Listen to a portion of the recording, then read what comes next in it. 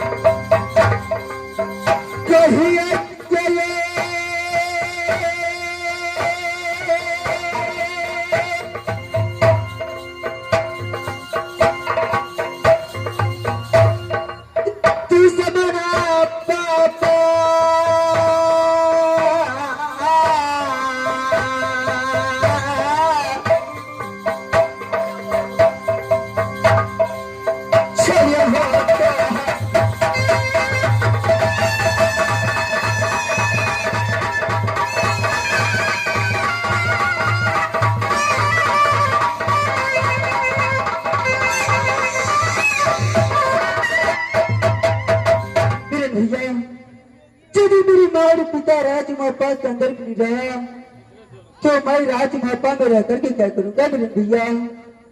मैं भी पागल बन के अपनी माँ और पिता को तलाश करूंगा। जब तक मेरे माँ और पिता नहीं मिलेगा तब तक कदापि मापा लौट करके नहीं आऊंगा मेरे भैया। से ये छो अपना राज मापा मरे को सब कोई नहीं पता भगले तो हम घीरा बचा लगली बाबू बना है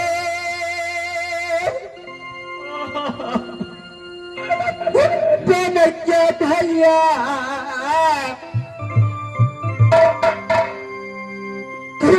दुनिया में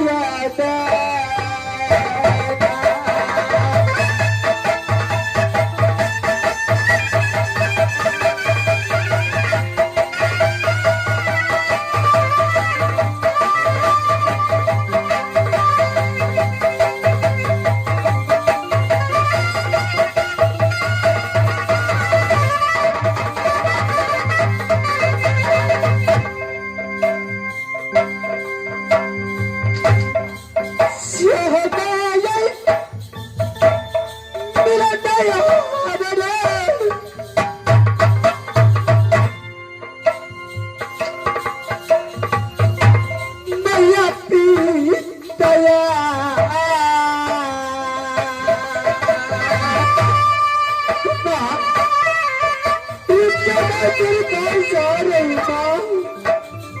बताइए पिताजी।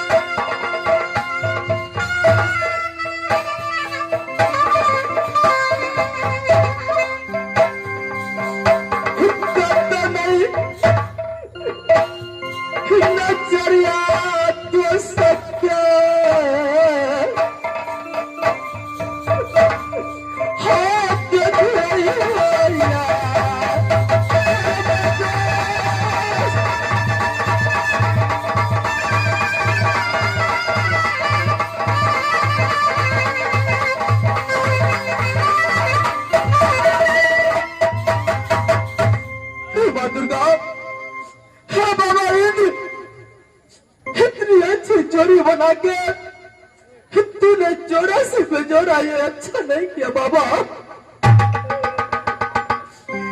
बना के क्यों बिगाड़ा रे, बिगाड़ा रे नसीबा।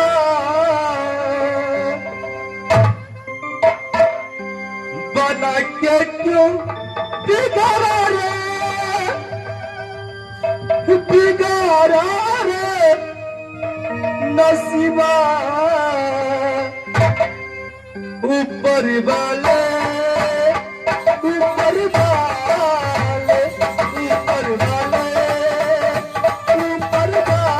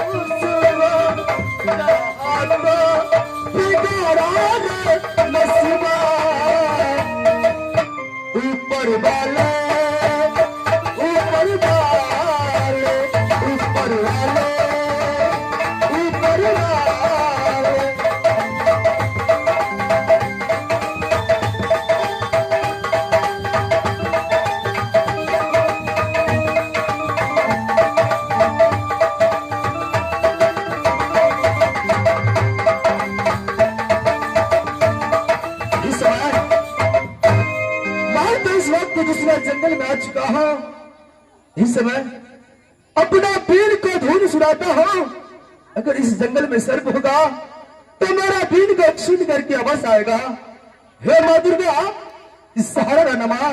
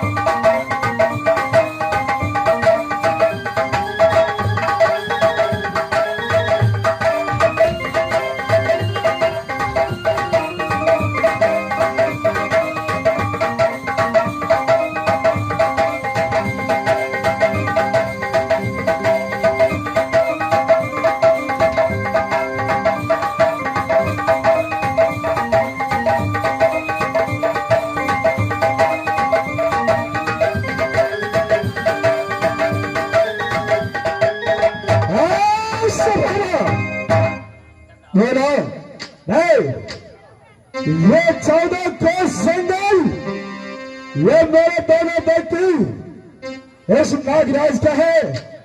तुम किसके आदर से इस जंगल में बीन बजा रहे हैं? नागराज, यह सपेरा किसी सांपों को इजाजत से बीन नहीं बजाता है। यह सपेरा को जब चाहे जो मर्जी इस जंगल में बीन बजा सकता है। बताओ, और किसी और का जंगल नहीं, ये मेरा जंगल है। तुम्हारा अगर जान का काम है तो इस जंगल से भाग जाओ, जाओ किसी दूसरे जंगल में बीन बजाना। नागराज, तेरे तारों पर इतना घमंड है? कौन है? तो ये इस सपेरा को ही अपना बीन पर घमंड है। अच्छा, और इस समय सपेरा को तू धमकी देता है? कौन है? अगर मैं बार बार समझा रहा हूं तुझे, अगर तुम्हें जान का काम है तो इस जंगल से भाग जाओ। मैं तो तेरा भी जान नहीं सकता हूं। अच्छा, नहीं भागेगा? ऐसे में अगर नहीं भागेगा तो बजा अपना बीन। मैं दोनों व्यक्ति तुम्हारे बीन पे कदा भी नहीं नाच सकता हूँ। क्या इस समय मेरा बीन पे नहीं नाचेगा? कौन है? देखो, अगर मैंने तुम्हारा बीन की आवाजों पे नाच गया तो मैं इस जंगल छोड़ करके भाग के दूसरा जंगल चला जाऊंगा। अगर मैंने नहीं नाचा तो तुम्हें ये सपेरा बीन को छोड़ करके किसी साधारण कौन है? ये सत्य मुझे मंजूर है। इसलिए इस समय देखता हूं तुम मेरा बीन पे नाचता है कि नहीं? क्या नहीं पता? देखता हूं तुम्हारा बीन पे नाचता।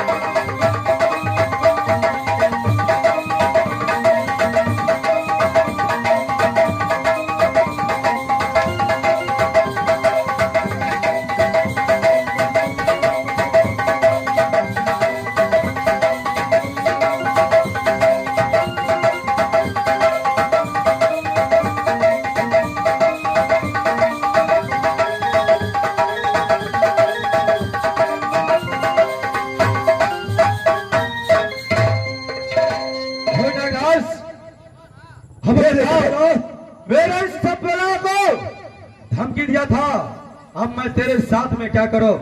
भैया जी, मैं तो आपको साथ में शर्त रख चुका था, ये मैं शर्त हार चुका हूं भैया। देखो, जब मैं शर्त हार चुका हूं तो मैं इस जंगल को छोड़ने के लिए तैयार हो गया भैया। ये तो बात है, आप दोनों का जोड़ी देखता है तो मुझे जिस काम से मैं सवेरा बना हो, मुझे दोस्त रुदल और मेरा दोस्त तेरी मोरे नरवाली याद आता है। भैया जी क्या इसमें मेरे जैसा दोस्त आपको था? क्यों नहीं? आप दोनों को प्रेम देखता हो तो मुझे कुछ समझ में नहीं आता है। भैया उस बातें को छोड़ो, मैं आपको साथ में शर्त हार चुका हूं भैया। मुझे अगर इजाजत दोगे तो मैं दोनों व्यक्ति मिलकर के भाग के किसी दूसरे जंगल में चला जाएंगे भैया। ठीक है, सुनो समय, तेरे बातों को मान करके मैं इस समय छोड़ता हूं। इस समय इस जंगल छोड़ करके कल दूसरी जंगल की ओर चले जाओ। भैया जी ठीक है, आपका कहना मानता हूं। मैं यहां से किसी दूसरे जंगल में जा रहा हूं। क्यों है? चलो फौरन जाओ, फौरन जाओ।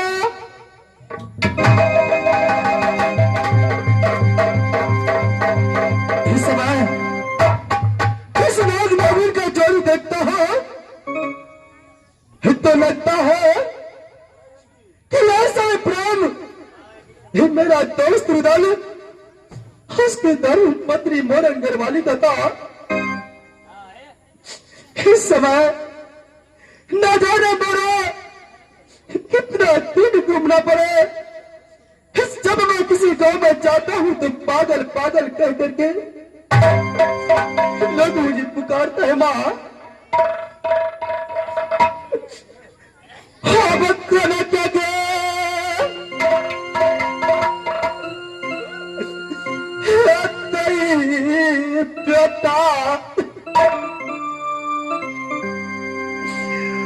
न जीता